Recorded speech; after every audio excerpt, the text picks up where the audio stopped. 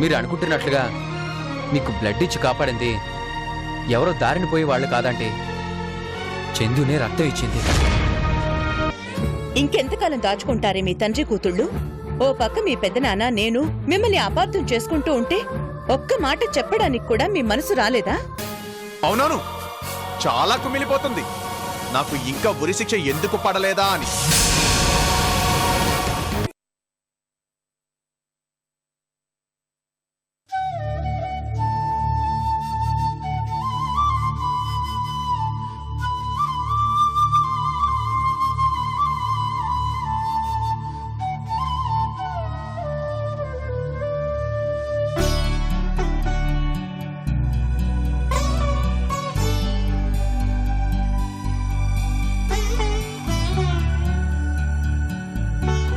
చెప్పండమ్మా. రాజా మాధవుల పేరు మీద అర్చన చేయించండి. అలాగేనమ్మా. స్వామి, ఎలాగైనా రాజాని ఈ కేసు నుంచి బయటపడేలా చేయి. రాజా నాకు దక్కాలి అని నేను కోరుకోవడానికి రాలేదు. రాజా మంచి మనిషి, తను బయటికి రావాలి, మాధవితో కలిసి బతకాలి.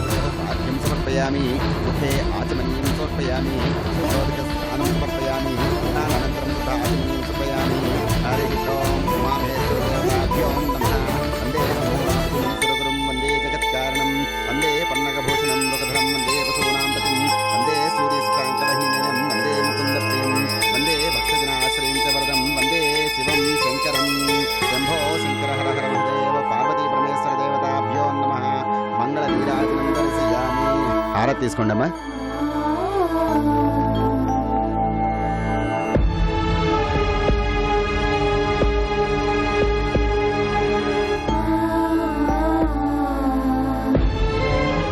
ప్రసాదం తీసుకోండమ్మా.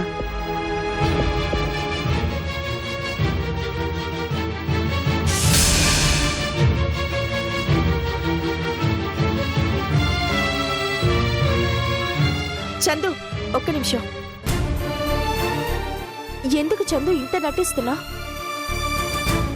నీ దృష్టిలో నాకు రాజాకి మధ్య సంబంధం ఉంది. మా ఇద్దరిని ఎన్ని అనాలో అన్ని అన్నా, ఎంత అవమానించాలో అంత అవమానించావు. మీరు ఎలా పోతే నాకేంటి, మీ ఇష్టం వచ్చినట్లు ఉండండి అని నాకేం సంబంధం లేదు అన్నావు. మరి ఈ రోజెందుకు మా ఇద్దరి పేరున పూజ చేయించావు? అసలు మేమంటేనే పడనప్పుడు మా గురించి ఎందుకు మొక్కుకోవాలి? అవసరం నీకేంటి? నేను మొక్కుకున్నది రాజా బయటికి రావాలని, అలాగే మీ ఇద్దరికి పెళ్లి జరగాలని. అందులో తప్పే ఉంది? నేను మొదటి నుంచి కోరుకుంది అదే కదా. పెళ్లి చేసుకోకుండా అలా తిరగడం తప్పు అన్నానే కాని మీ పెళ్లి జరగడం తప్పు అని నేనెప్పుడూ అనలేదే. ఈ రోజు అదే కోరుకుంటున్నాను. అంటే రాజా అంటే నీ కోపం లేదు, నేనంటే అసహ్యమూ లేదు. మరి అలాంటప్పుడు నువ్వెందుకు రాజాను వదులుకోవాలి? మా ఇద్దరి మీద ఎందుకు అబద్ధాలు వేయాలి? చూడు మాధవి, నాకు రాజా అంటే కోపం లేదని నేను చెప్పలేదే. రాజా ఈ మర్డర్ చేయలేదు అని నా మనసుకు తెలుసు కాబట్టి తను నిర్దోషిగా బయటపడాలని కోరుకున్నాను. మీ ఇద్దరి మధ్య ఎలాంటి రిలేషన్ ఉందని అనుకుంటున్నాను, అది నిజమని నమ్ముతున్నాను. అందుకే మీ పెళ్లి జరగాలని కోరుకుంటున్నాను.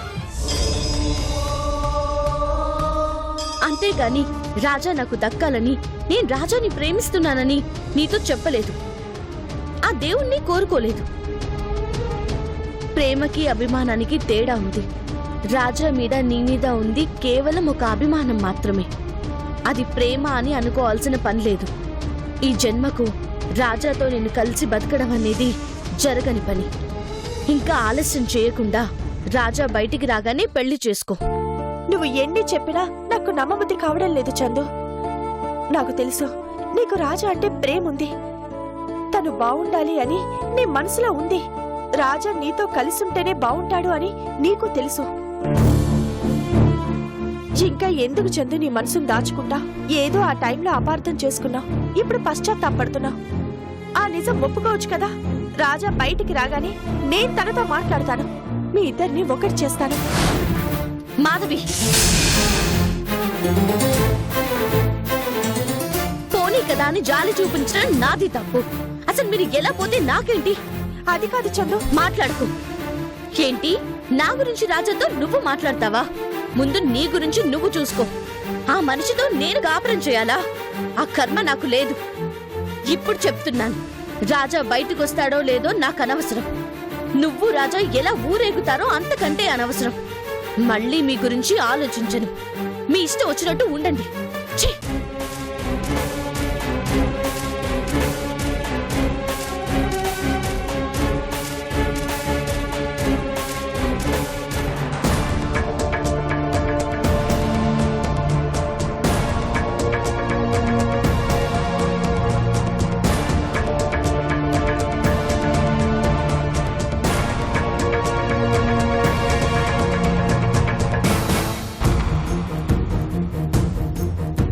సార్ రవీంద్ర, ఏమైంది?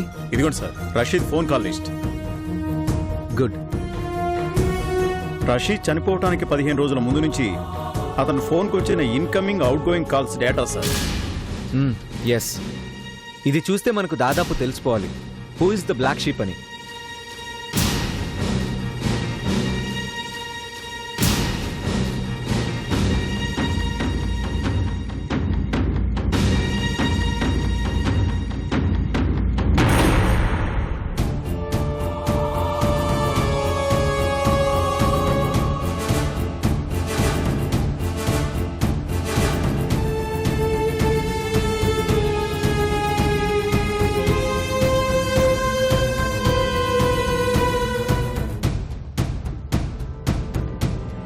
ఎస్. ఏంటి సార్, ఏమన్నా అనుమానించదగ్గ నెంబర్ కనిపించిందా? చూడు రవీంద్ర, ఈ నెంబర్ ఎవరిదో తెలుసుకోమంటారా సార్? ఎందుకు రవీంద్ర, అవసరం లేదు. నాకు బాగా తెలిసిన నెంబరే. చూడు.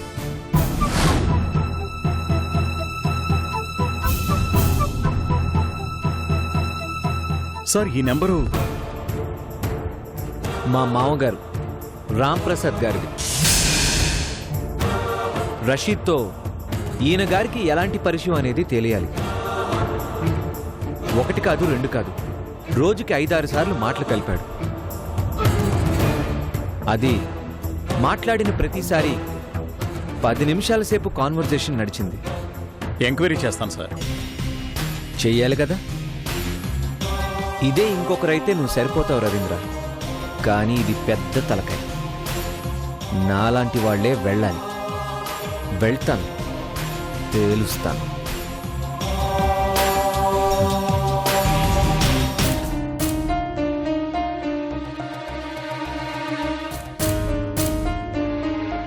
మాధవి, ఏంటి అర్జెంటుగా రమ్మని ఫోన్ చేశావు? కూర్చో సంతోష్. పర్వాలేదులే, చెప్పు. రాజా గురించి అడగటానికా? రాజాని బయటికి రప్పించేందుకు డాడీ బాగా ట్రై చేస్తున్నారు. అశోక్ గారు కూడా ఇప్పుడు ఇక్కడికే వచ్చారు కదా. అయినా రాజా విషయంలో స్పెషల్ కేర్ తీసుకుంటున్నారట. డోంట్ వరీ, రాజా తప్పకుండా బయటకు వచ్చేస్తాడు. నేను ఆలోచిస్తోంది రాజా గురించి మాత్రమే కాదు, చందు గురించి కూడా సంతోష్. చందు గురించా? తన గురించి ఆలోచించడానికి ఏముంది? తన మానాన్ని తను బానే ఉందిగా. ఈ రోజు చందు గుళ్ళో కనిపించింది తెలుసా? ఓ అలాగా? ఎందుకొచ్చిందో తెలుసా? రాజా పేరున నా పేరున అర్చన చేయించటానికి. కొంపతీసి దొరికిపోయిందా? రాజా అంటే ద్వేషం ఉన్న మనిషి తను బావుండాలని ఎందుకు పూజ చేయిస్తుంది? తన దృష్టిలో మేమిద్దరం తప్పుడు మనుషులం. మరి మా పేరున అర్చన చేయించడం ఏంటి? అంటే మా ఇద్దరిని కలపటం వెనుక ఏదో కారణం ఉంది. ఆ కారణం ఏముంటుంది? పాపం రాజా కష్టాల్లో ఉన్నాడు కాబట్టి బయటపడాలని కోరుకొని ఉంటుంది. పీటల మీద పెళ్లి ఆగిపోయింది కాబట్టి నీ మీద జాలితో మీ పెళ్లి జరగాలని కోరుకొని ఉంటుంది. అంతే, సింపుల్. ఇది నువ్వనుకున్నంత సింపుల్ కాదులే సంతోష్. చందు మమ్మల్ని ఎన్ని మాటలందో, ఎంత అసహ్యంగా మాట్లాడిందో నీకు తెలీదు. అలా మాట్లాడిన మనిషి తనంతట తాను గుడికి వెళ్లి పూజలు చేయిస్తుందా? అలా చేయించింది అంటే దాని వెనక ఏదో కారణం ఉంది. ఏ కారణం లేదు. నువ్వే ఏవేవో ఊహించుకుంటున్నావు. అయినా తనకు అనిపించింది కదా. ఎందుకు మా పేరున పూజ చేయించావని అడుగుండాల్సింది. అడిగాను. ఏమందేంటి? కోపంతో ప్రసాదం కింద కొట్టి వెళ్లిపోయింది. మరి ఇంకేంటి? అక్కడే అర్థమైపోయింది కదా. చందుకి మీరంటే కేవలం జాలి తప్ప ప్రేమ లేదు, ఏమీ లేదు. నువ్వే అనవసరంగా ఫీల్ అవుతున్నావు. లైట్ తీసుకో. లేదు సంతోష్, నా ముందు దొరికింది కాబట్టి తప్పించుకునేందుకు అలా చేసిందంతే. కానీ రాజా అంటే తనకి ప్రేముంది. రాజాకి కష్టం వస్తే తను తట్టుకోలేదనటానికి ఇదే మంచి ఎగ్జాంపుల్.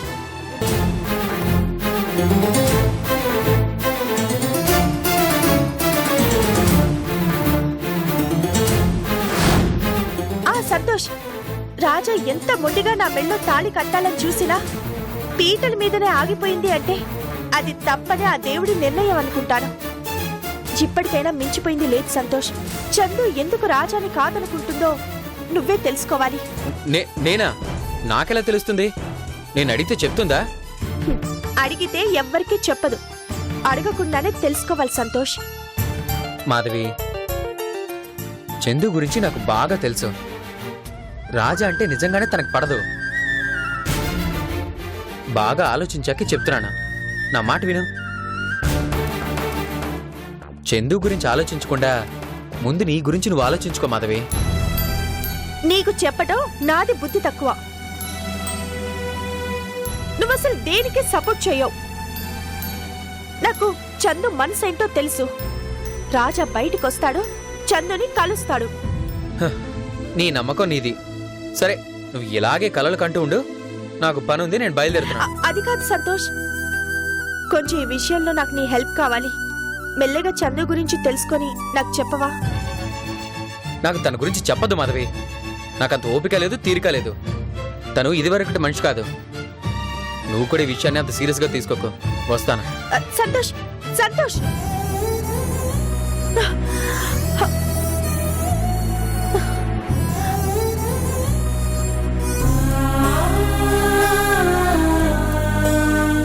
సారీ మాధవి.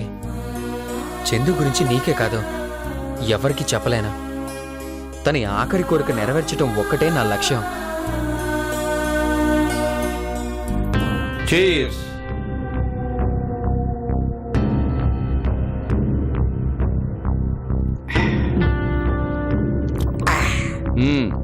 ఏమిటి డీసీపీ గారు, ఏమంటున్నాడు మీ అతిథి? అతిథియా? వాడెవడు? వాడే ఆ రాజా. పోలీస్ స్టేషన్కి అంతకన్నా అతిథిగా వచ్చేవాళ్ళు ఎవరుంటారండి అయ్యా? వస్తే క్రిమినల్స్, లేకపోతే పొలిటీషియన్స్. వాడి మొహం వాడేమంటాడు? మర్డర్ కేసు నుంచి ఎలా బయటపడాలో తెలియక గిలగిలలాడిపోతున్నాడు. ఈ రోజుల్లో మర్డర్ కేసు ఏముందండి? మంచి నీళ్ళు తాగినంత ఈజీ అంటే తప్పించుకోవటం. కష్టపడి మీరు జైల్లో పడేసినా బయటికి రావడానికి బెయిల్ ఉందిగా. అవునయ్యా డీసీపీ, మా వాడు సరదాగా అన్న దానిలో బోల్డ్ అంత మ్యాటర్ ఉంది. మనం బాగా ప్లాన్ వేసి రాజాగాన్ని ఇరికించాం. బెయిల్ మీద బయటకు వస్తే వాడికి బాధ ఎలా తెలుస్తుందండి అయ్యా? వాడికి బెయిల్ దొరుకుతుందని ఎవరు చెప్పారు? బెయిల్ కోసం చాలా మంది ప్రయత్నాలు చేస్తున్నారని తెలిసిందిలేండి సార్కి. అవునయ్యా, ఆ ఏసీపీ అశోక్ ఈ రాజాగాడికి బాగా కావాల్సినడంట కదా. వీడికి బెయిల్ ఇప్పించడం కోసమే వాడు మళ్ళీ కాకి బట్టలు తొడిగాడని బయట కాకి గోల. వాడు తలుచుకుంటే దొరికేస్తుందా? భలే వారు సార్. బెయిల్ అనేది అన్ని కేసులకు రాదు. అలా రాని సెక్షన్స్ ఎన్నున్నాయో చూసి అవన్నీ కలిపి పెట్టేశాను. ఇదయ్యా పోలీసుడు బుర్రంటే. అందుకేనయ్యా దేశాన్ని ముంచాలన్నా పెంచాలన్నా కాకి కద్దరు ఈ రెండే చేయగలవు. నాకు చాలా ఆనందంగా ఉందయ్యా డీసీపీ. ఇంతున్నాడో లేదో వాడు నన్ను జైల్లోకి పంపించి ఎంత ఏడిపించాడో. వాడి చేత కన్నీళ్ళైనా పెట్టించకపోతే ఎలాగండయ్యా? అంతా బాగానే ఉంది గాని అసలు ఇంతకీ ఆ రషీద్ని చంపింది ఎవరై ఉంటారు? ఆ మాత్రం తెలుసుకోకుండా ఈ లెవెల్కి ఎలా వచ్చావయ్యా? ఆ రాజాగాడు రషీద్ గాడిని చంపేస్తానని అందరి ముందు ఛాలెంజ్ చేశాడు. వాడు ఆవేశంలో అరిచిన అదే మనకు లాజిక్ అయ్యింది. అప్పుడు మనమేం చెయ్యాలి? రాజాగాన్ని ఇరికించాలి. ఇరికించాలంటే బుర్రకే కాదు, కత్తి కూడా పదును పెట్టాలి. ఆ రోజు ఆ రాజాగాడి పెళ్లికి ముందు రోజు రాత్రి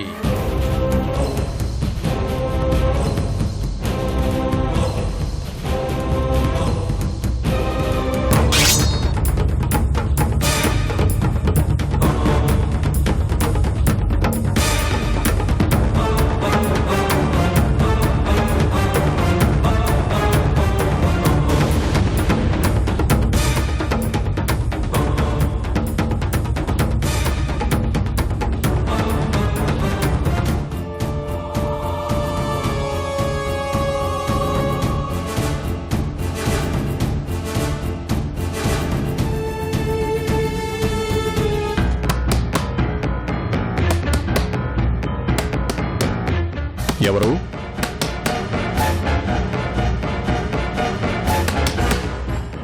ఎవరు?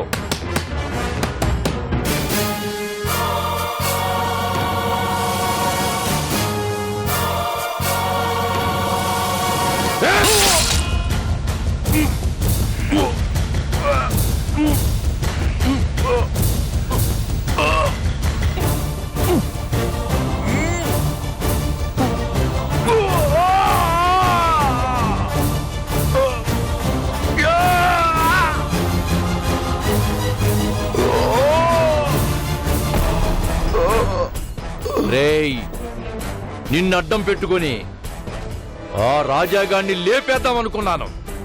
కాని నిన్ను లేపి ఆ రాజాగాన్ని ఇరికించాలని ప్రిపేర్ అయిపోయాను రా. చచ్చిపోరా, చచ్చిపోరా, చావు, చావురా.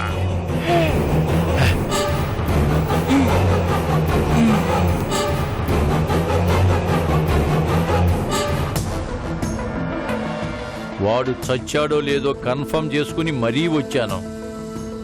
ఏ పనైనా పూర్తిగా చేయకపోతే మనశ్శాంతి ఉండదు. మరి ఎవరి చేతనో చంపిస్తే పోయేదానికి మీరెందుకు పొడిచారు? రేపు ఏదైనా తేడా వస్తే మీరు దొరికిపోరా? మా సార్ గురించి ఇంకా మీకు పూర్తిగా తెలిసినట్లేదు. అందరికి జైలు అత్తగారిల్లు, బయట ప్రపంచం అమ్మగారిల్లు. కానీ మా సార్కి బయట ప్రపంచం అత్తగారిల్లు, ఆ జైలే పుట్టినిల్లు. మనకు భయమే లేదు. ఇక్కడ కంటే అక్కడుంటేనే నా పనులు బాగా జరిగిపోతాయి. మనకి బాగా అచ్చొచ్చింది అక్కడే. మీకు ఇంకొక విషయం తెలుసా? నేను చేసిన మర్డర్లని దాదాపు అక్కడుండి ప్లాన్ చేసినవేనండయ్యా. కానీ ఓ పోలీస్ ఆఫీసర్తో ఈ నిజం ఇంత ధైర్యంగా చెప్తారా? ఓ, నువ్వు పోలీసోడివి కదూ. అయితే ఏంటి, నేను భయపడిపోవాలా? చూడు ఆఫీసరు, నేనే పని చేసినా నీలాంటి ఆఫీసర్ ఒకడో తోడుగా ఉంటాడు. అలాగని నన్ను ఏదైనా చెయ్యాలని చూశారే అనుకో, ఏమవుతుందో తెలుసా? రే బొట్టు, చెప్పరా. ఇంతకు ముందు మన దగ్గర పంతులు అని ఒకడు ఉండేవాడండి. వాడి వల్లే మన సార్ మొట్టమొదటిసారి జైలుకి వెళ్ళాడు. వాడు నా గురువు. ఎందుకంటే జీవితంలో మొట్టమొదటిసారి నమ్మక ద్రోహం అంటే ఎలా ఉంటుందో నేర్పించాడు. అలాంటి వాడి చావుని ఆ జైల్లో ఉండే ప్లాన్ చేశాను.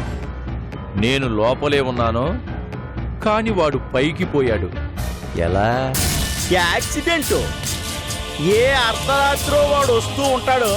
అటు కారు ఇటు మనిషి, అటు కారు ఇటు మనిషి, దడేల్మని గుద్దుకుంటుంది.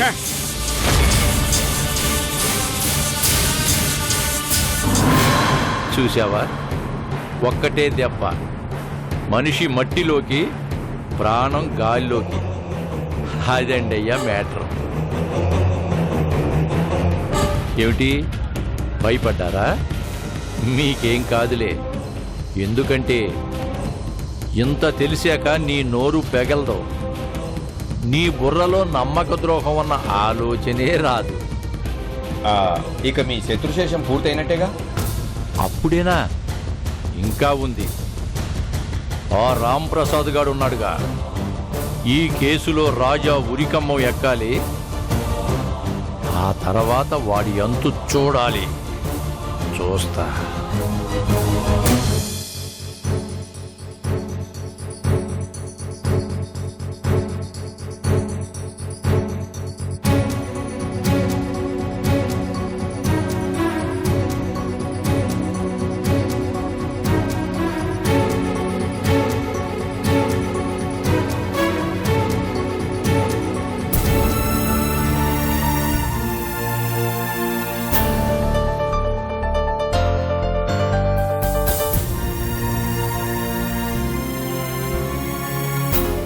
ఏంటండి, ఏంటి ఆలోచిస్తున్నారు? అదే రాజా విషయంలోనే ఏం చేయాలా అని. డబ్బు పెట్టడానికి రెడీగా ఉన్నాను. ఎవరిని వెళ్ళి అడిగినా కుదరటం లేదు. ఏం చేస్తే రాజ్యాన్ని బయటికి తీసుకురావచ్చా అని ఆలోచిస్తున్నాను. అతని గురించి ఆలోచించి మీ టైం ఎందుకు వేస్ట్ చేసుకుంటారండి? చెప్పండి. వాళ్ళ జీవితాలు అంతేనండి. ఎలా మొదలవుతాయో అలాగే క్లోజ్ అవుతాయి. మొదటి నుంచి రాజా జీవితం ఎలాంటిదో మీకు తెలియదు అనుకుంటాను. ఆ రషీదు రాజా రౌడీ షీటర్స్గా బతికిన వాళ్లే. ఈ మధ్య ఏదో టైం కలిసి వచ్చి రాజా కాస్త క్లాస్గా కనిపిస్తున్నాడు, కానీ తను కూడా అదే టైపు. కత్తులతో పెరిగిన వాళ్ళు కత్తులతోనే చచ్చిపోతారని వాళ్ళు రౌడీజంతో పెరిగారు, అలాగే పోతారు. అయినా దాని గురించి మీరెందుకు ఫీల్ అవుతారండి? రాజా నాకెంత సహాయం చేశాడో మీకు తెలుసా? ఆ రషీద్ నా జోలికి వస్తే రాకుండా కంట్రోల్ చేసింది రాజానే. నేను చెప్పేది అదే సార్. అతన్ని కిరాయి రౌడీలాగానే చూడాలి, కానీ అంతకు మించి ఎక్కువగా ఆలోచించకూడదు. అసలు నన్ను అడిగితే కనీసం వాళ్లతో ఫోన్ కాంటాక్ట్ కూడా ఉండకూడదండి. చాలా బాగా చెప్పారు.